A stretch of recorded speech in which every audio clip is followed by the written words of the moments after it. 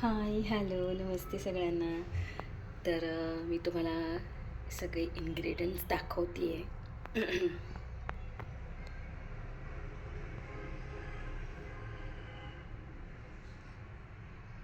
तर हे सगळं पाहून तुमच्या डोक्यात काय येतं आहे, नक्की काय तयार होणार आहे, कोणीतरी गेसिंग करून सांगा मला कमेंटमध्ये. तर तुम्ही बरोबर गेस केलेलं आहे. आपण आज तयार करणार आहोत पावभाजी.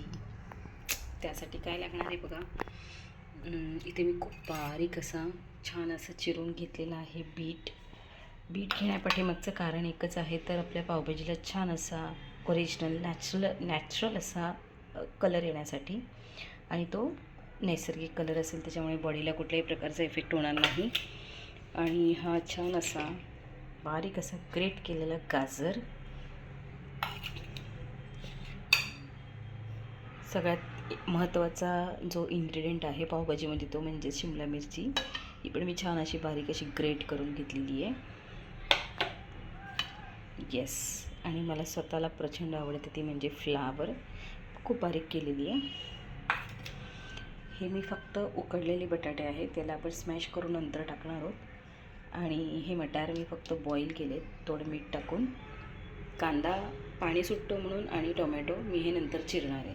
आणि इथे आपण फोडणीसाठी छान अशी लसूण, मिरची, अद्रक आणि थोडं कोथिंबीर घालून वाटण केलेलं आहे. हेच मी यूज केलेलं आहे. मॅन्युअली मेकॅनिकली मी हे सगळ्या भाज्या ग्राइंड केलेल्या आहेत. आजकाल हे सगळ्यांना माहिती आहे, हे खूपच महत्त्वाचे आपल्या किचनमधले अप्लायन्सेस आहेत.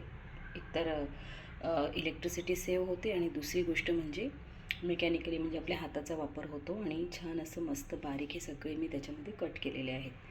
आणि सगळ्यात महत्त्वाचं म्हणजे हे अमूल बटर, याच्याने तुमच्या पावभाजीला एक छान असं टेस्ट येणार आहे.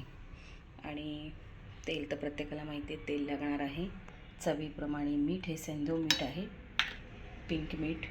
याच्याने तुमचं BP लेवल आहे तो कंट्रोल राहण्यासाठी मदत होते.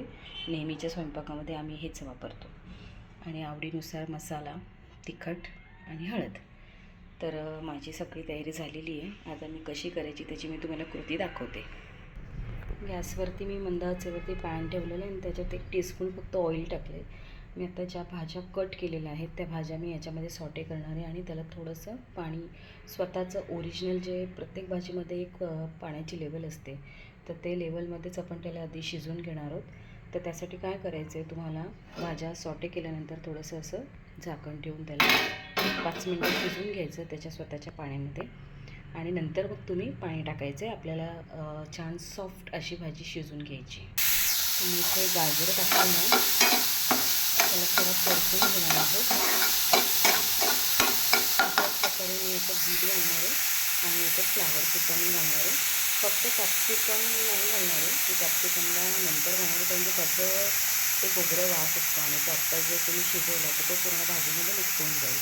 तर त्याला तुम्ही नंतर जेव्हा कांदा टोमॅटोची फोडणी देऊ ना, तेव्हा त्याला आपण परतून घेणार आहोत. तर सगळ्या भाज्यांनी घातलेल्या आहे त्याच्यामध्ये. बीट टाकल्यामुळे याचा रंग किती छान लालसर आला आहे बघा. म्हणजे आपल्याला कुठल्याही प्रकारचं आपल्याला केमिकल याच्यात ॲड करायची गरज नाही. फूड कलर जरी असेल तरी केमिकल असतात त्याच्यात. तर तुम्ही अशा प्रकारे नॅचरल कलर वापरून तुमची छान दिसणारी नॅचरल पावभाजी करू शकता घरच्या घरी. तर अशा प्रकारे स्वतःच्या आर्द्रतेमध्ये, स्वतःचं पाणी जे असतं ना भाजीमध्ये, त्यात ही भाजी अशा प्रकारे छान शिजून आलेली आहे. आणि मी वरतीच हे असं पाणी पण ठेवलेलं आहे, आणि हेच पाणी आपण नंतर त्याच्यामध्ये टाकणार आहोत. म्हणजे गरम पाणी वेगळं टाकायची गरज नाही, आणि भाजी पण छान अशी सॉफ्ट होईल. तर साधारण तुम्हाला या गोष्टीसाठी एक 5-1 मिनटं तरी लागतील, पण मंद आचेवरतीच आपण हे काम करणार आहोत. तर साधारण 10 मिनटं मी ही भाजी शिजवून घेतलेली आहे, आणि आता छान अशी सॉफ्ट झालेली आहे. आता आपण पुढची प्रोसेस करणार आहोत. तर हिला आपण मॅश करून घेणार आहोत. थोडं थंड होऊ द्या, सेमी, म्हणजे अगदीच तुम्हाला थंड नाही करायची, नाही ते मॅश नाही होणार प्रॉपर.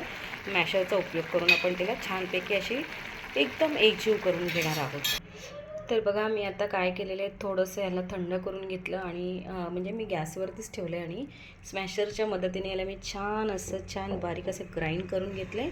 आणि थोडासा मी जो ऑलरेडी बटाटा जो मी बॉईल केलेला तो पण मी याच्यामध्ये स्मॅश करून घेतला आहे. तर तुम्हाला दिसत असेल याचं जे टेक्स्चर आहे ते टेक्स्चर अगदी ढाब्या स्टाईलच्या पावभाजीसारखं दिसते. अजून एक प्रोसेस आपली बाकी आहे मेन, ती म्हणजेच आपल्याला याला फोडणी द्यायची आहे. तर चला आपण त्याची तयारी करूया.